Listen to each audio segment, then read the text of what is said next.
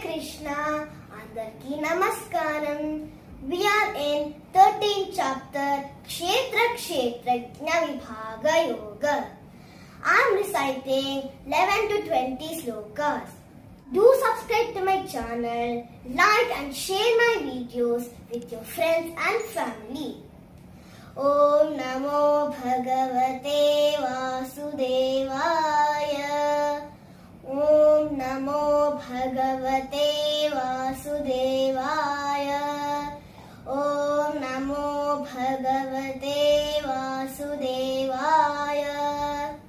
Adhyatma Jnana Nityatvam Tattva Jnanartha Darshanam Etajnanamiti Proktam Ajnanam Yatatonyatha Neyam Yattat Pravakshyami Yajñatvamrutamashnuте Anadimat Param Brahma Na Sattannasaduchyate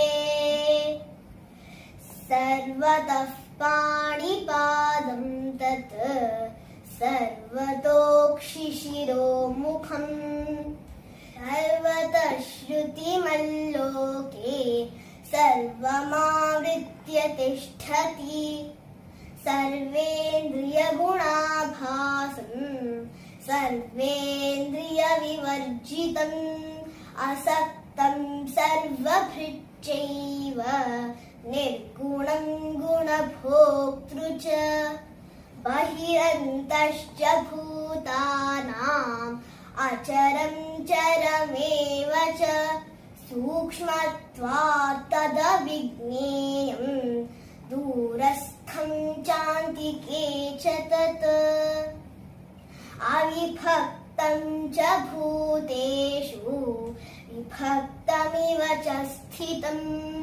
Bhutabhatru cha tajneyam Grasishnu prabha vishnu cha Jyotishamapi tajyotihi Tamasah paramuchyate Jnanam Nyeyam Jnanagamyam Hridi sarvasya vishthitam Iti kshetram tatha jnanam Neyam choktam samasataha Madbhakta etad vijñāya Madbhāvāyopapadyate Prakritim purusham chaiva Vidhyanādi ubhāvapi Vikaramscha gunamschaiva Vidhi prakriti sambhavan Karya-karana-kartrutve Hetuh prakritiruchyate Purushas sukha-dukkhanam Bhoktrutve heturuchyate. Keep watching my videos.